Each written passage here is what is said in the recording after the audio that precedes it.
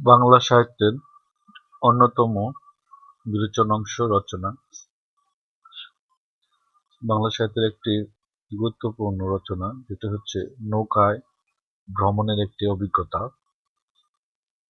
আমি শহরে জন্মেছি, বড় হয়েছি এই শহরেই। যদিও আমাদের গ্রামের বাড়ি আড়িয়াল খাঁ নদীর তীরে। ছোটবেলায় মা আমাকে নিয়ে একবার নানার বাড়িতে বেড়াতে গিয়েছিলেন। সেটা আমার স্মৃতিতে থাকার কথা নয়।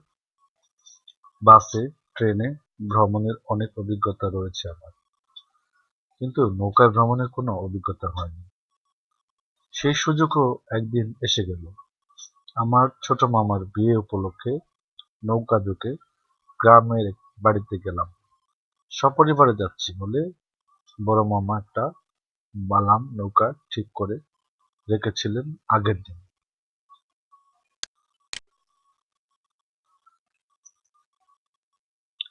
যাত্রার বিবরণ খুব ভোরে ঘুম থেকে উঠে দেখি মামা সবকিছু ঠিকঠাক করে রেখেছে। ছোট বোন ফারহানাও ভালো লাল জামাটা পরে প্রস্তুত। বড় মামা কাপড়ের ব্যাগ, টিফিন ক্যারিয়ার ইত্যাদি গুছিয়ে ফেললেন। বাবা অফিস থেকে ছুটি পাননি বলে আমাদের সাথে যেতে পারছেন না। সকাল 7:30 নাগাদ আমরা নৌকায় গিয়ে উঠলাম। প্রথম দিকে মায়ের কড়া শাসনে আমি চুপচাপ ছইয়ের মধ্যে বসে থাকলাম, কারণ আমি তো সাঁতার জানি না। কিছুটা ভয় লাগছে, তবে শরতের নদী বলে বেশ শান্ত।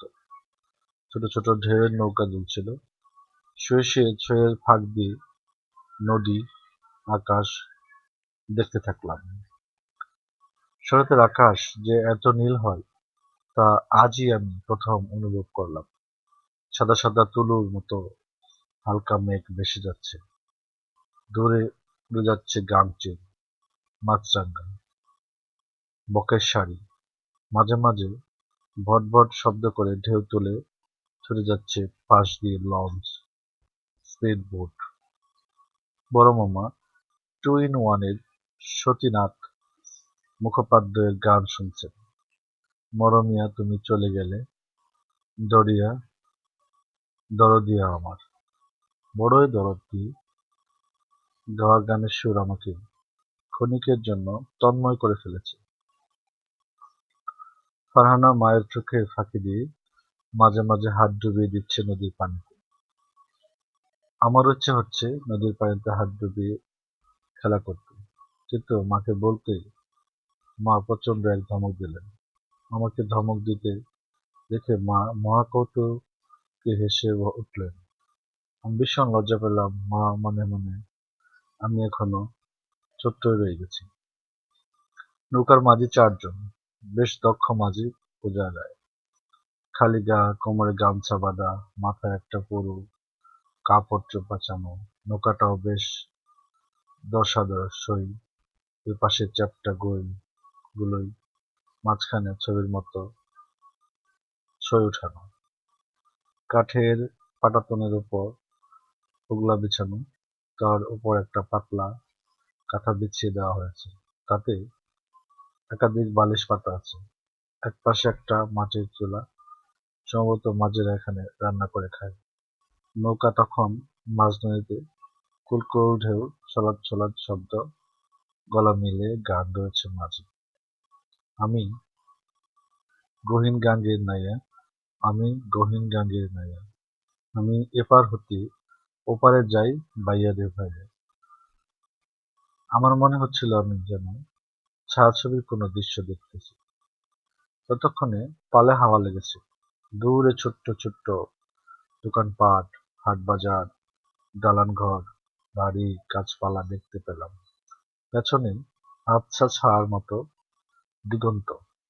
নদীর ঘাটে কেউ কাপড় পরছে, কাপড় ধুচ্ছে। মেয়েরা ঘোমটা মাথায় থালা বাসন মাজছে। কেউ বা শিশুকে গোসল করাচ্ছে। ভরা কলসি কাঁধে নিয়ে হেঁটে যাচ্ছে গ্রাম্য বধূ। কিশোর দামাল ছেলেরা নদীর ঘোলা জল লাফালাফি করছে। কেউ বা সাঁতার কাটছে। জেলেরা জাল বাইছে। কেউ গরু গোসল করাচ্ছে নদীর জলে। এক জায়গায় দেখলাম একসাথে অনেকগুলো সারি বাঁধা নৌকা। কোনো কোনো নৌকা থেকে ধোঁয়া উঠছে। ছইয়ের উপর রোদ দেওয়ার শান্তি শাড়ি। বড় মামা বলছেন, ওগুলো বেদের নৌকার বহর। বেলা ৩টার দিকে আমরা তালতলির ঘাটে গিয়ে বসলাম। তালতলির বাজারটা ঘুরে দেখা আমার খুব শখ। তালতলির বাজারে একটা ভাঙাচোরা চায়ের স্টলে চা খেলাম। গরুর খাঁটি দুধের চা। আমার কাছে অমৃতের মতো লেগেছে।